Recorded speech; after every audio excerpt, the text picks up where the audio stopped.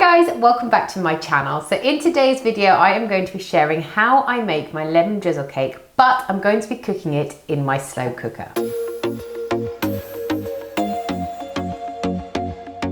So the reason I like to cook cakes in my slow cooker is because when they come out, they are the moistest and the most delicious cakes you will ever taste. Sometimes I think when you oven cook a cake, if you get the timings a little bit wrong or the temperature a little bit wrong, they can turn out really, really dry and a bit of a disappointment. So cooking them this way, they're just guaranteed to be amazing every single time. So like I said, I'm going to show you how I make my lemon drizzle cake today. So I just use a normal recipe. You can find them online, but I do always halve the amount of sugar I put in cakes. I just feel like if the kids are gonna have it, I don't need to make it like super, super sweet. I know a lemon drizzle cake is typically quite sweet, but if you halve the sugar, I promise you, you don't even really notice the difference. So what I'm going to start off by doing is I'm going to be combining 225 grams of unsalted butter with 125 grams of granulated sugar. You can also use caster sugar actually. So I just have granulated sugar, so that's why I use that. So what you want to do then is get some little like beating up things, what are these called? Hand whisker, and you just want to cream these two together until they become like a pale, creamy mixture.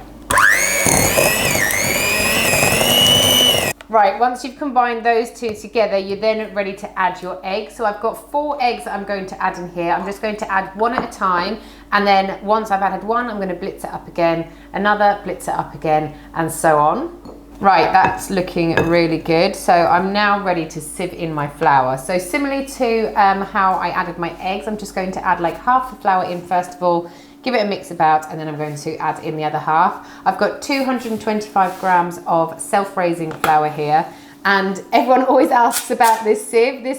I've had this sieve for about, I don't know, 8 years now. It's from IKEA. It's brilliant. It's you put your flour in here, and it's got a little like hand lever here that then spins some blades at the bottom that then sieves your flour out really, really nicely. So I'm going to add in half of my flour now.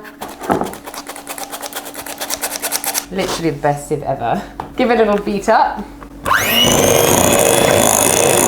So before I add in my second half of flour, I'm actually going to zest in 1 lemon first, because that way it's just going to make sure everything combines really nicely when I whisk in and mix up the rest of my flour. So I have got like a fine grater here. So I'm literally going to get my lemon and just go round my lemon on the grater, and that's how you zest it.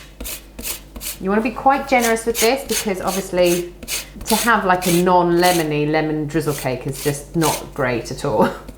So you want to use as much of the zest as possible. It smells amazing already. You don't want to grate too far down the lemon, otherwise you're going to get the rind in there, and that's not tasty. So you literally just want to take off the very top layer of your lemon until the lemon goes from a dark yellow into a light yellow. That's when you know you need to stop zesting that area. Right, I think I've pretty much got the whole of the lemon there. And then I'm going to sieve in the rest of my flour. Right, blitz that up. Right, I'm just going to go around the edges, get everything off. Delicious. Oh my gosh, that's good. I love cake mixture. I think that's almost like the best part about baking, licking the bowl. One more blitz.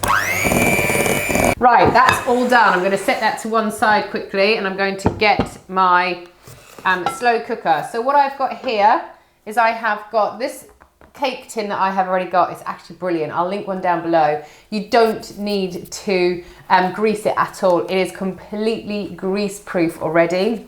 It's got like a silicone kind of tray to it, so you don't need to do anything. You don't need to put grease in here, you don't need to put parchment paper in here. It's amazing. So I have got a little bowl like this, and I'm putting it at the base of my slow cooker. I've got a 5.5 litre slow cooker, which I think is a really good size, because if you want to do a cake, then you know, I don't think if you had a smaller cooker, you'd be able to fit this tray into it. So first of all, what you want to do is pop your bowl into your slow cooker, and then you want to get some cold water and put about 2 centimeters of cold water in.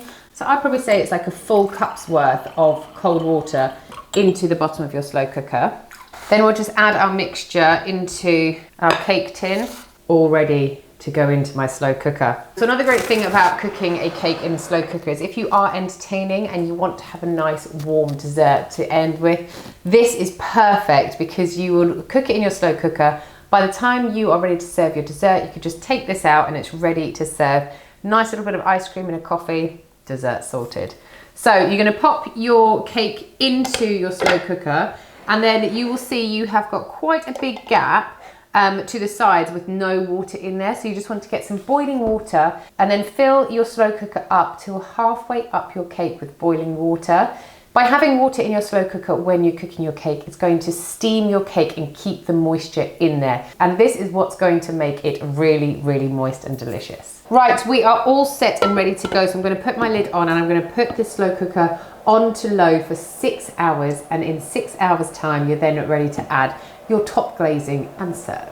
Once your cake has been in your slow cooker for about 5.5 hours, you're then ready to make your icing glaze. So to make your glaze, you want to add in 50 grams of sugar, and then you also want to add the juice of a whole lemon. Try and get every single bit out that you can. Combine those two together, and then with a little skewer or a knife, you then want to make holes in your cake all the way to the base.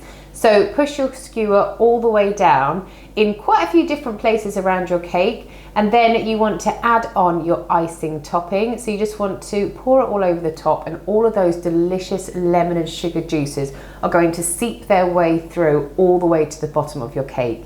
Leave it in the slow cooker for another half an hour and you're then ready to serve. Like I said, my favorite way to serve this is with a dollop of vanilla ice cream and a nice coffee on the side. Thank you so much for watching today's video. I hope you enjoyed it. Let me know if you give this recipe a try. It works with loads of different cakes as well. So just try it out and I promise you this is going to be the way you start making cakes in the future.